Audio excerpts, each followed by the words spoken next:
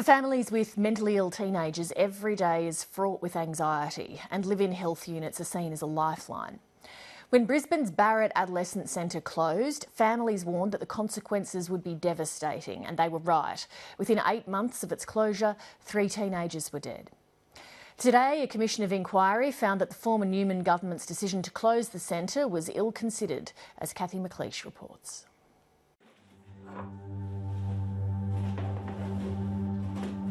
Justine Wilkinson has had enough. I'm packing up my house because I'm leaving. I didn't even get upset. It's almost 2 years since her daughter Caitlin took her own life at their home. I'm leaving Brisbane because I'm not really getting any better and I can't work anymore at my old job and I'm not really fit to work.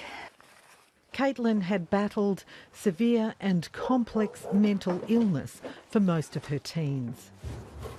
It was an agony. Every day is an agony that you wonder how you're going to get better. The 18-year-old had been a patient at the Barrett Centre, Queensland's only long-term residential mental health facility for adolescents. They have to have hope. That's what keeps them going. And for all its faults, that's what Barrett gave them. But the Newman government scrapped a plan to replace the ageing facility and subsequently shut down the centre in January 2014. Within 8 months, Caitlin Wilkinson Whittaker was dead. She just reached a point where she really just didn't want to go on any longer. It was just too much pain. So we lost her. But she wasn't the only one. The Barrett Centre was a lifesaver for desperately ill teenagers and their families. You go to bed of a night time and you don't want to fall asleep. You're just always on edge, waiting for the next thing to happen. For Nicole Pride, the centre was a last resort for her mentally unwell daughter, Talia. So that's when we fought hard to get her to go into Barrett, because I thought that was the last chance I had of keeping her alive. When the centre closed, 17-year-old Talia was moved to an adult unit. They told me they'd never dealt with a person this young with these mental illness that she had, and she was only there 8 weeks and she passed away. So they went to Barrett. When they were a suicide threat, they were actually monitored 24 hours a day, always in contact with one staff member that was dedicated to them. So it was really intensive treatment. Joe Oliver's 18-year-old son, Will Fowle, was admitted to the Barrett Centre a year before it closed. Relieved, absolutely relieved, and yeah, I suppose I've been running on stress for so long. It was just overwhelming that there is that help and support out there. When the centre closed, Joe Oliver said her son was lost. He went from his lovely support with the Barrett, with the teachers, the counsellors, the psychiatrists, the nursing staff, all the other kids, having a whole lot of activities and being engaged and everything, to him being with strangers in a unit. Will took his own life 5 months later. An ABC investigation revealed there'd been multiple warnings in the lead up to the closure. The government's advice, obtained under right to information laws, showed its own experts had considered a Tier 3 residential facility like Barrett was essential. The families, along with the centre's staff, the community and other families impacted by the centre's closure, deserve to know the truth. The Barrett Adolescent Centre Commission of Inquiry. When the Palaszczuk government came to power, it established an inquiry to investigate the closure and its impact on patients. Today, that inquiry found no one took responsibility for the decision to close the centre.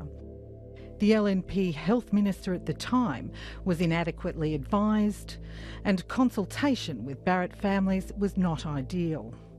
The report describes flawed, chaotic and uncoordinated decision-making by government in an environment where no one took responsibility or accountability for the decisions that were made. The design-specific, clinically staffed, bed-based service was essential for adolescents requiring medium-term care and rehabilitation. That advice was not heeded. The Commission also recommended the government consider a new building to provide bed-based mental health services to young people. We will work with the families of the patients and consult with them extensively on the new facility. For me, it's a milestone that's involved with certainly looking forward to the future of all the young people who are left. But the Commissioner found overall individual patient transition arrangements at the closure were adequate. I think they were doing as best they possibly could under the circumstances. The coroner will now consider the report. The opposition says the funds spent on the inquiry would have been better spent on youth mental health. Parents say their quest for answers is not over yet. I just don't understand that, because Talia was transitioned out and she only survived for another 10 weeks and then she was gone. So I don't know how it could be adequate. It wasn't adequate at all. Not at all. What's really important is that the government now acts without delay to implement those recommendations. However, the recommendations don't change the fact that families have been absolutely devastated by the mismanagement of care which surrounded the closure of the Barrett Centre. The Public Service Commissioner will advise whether action should be taken against any individual, and the results of the independent reviews will be shared with other states in an effort to improve youth mental health services nationwide.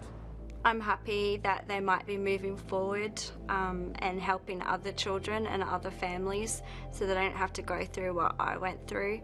But, you know, I'm grateful that they're moving forward, but I'll never move forward. You know, it's just so pointless, and that's what really destroys me. I just feel so incredibly desolate all the time and so devastated that I've lost my daughter for such a stupid reason as saving money in somebody's agenda.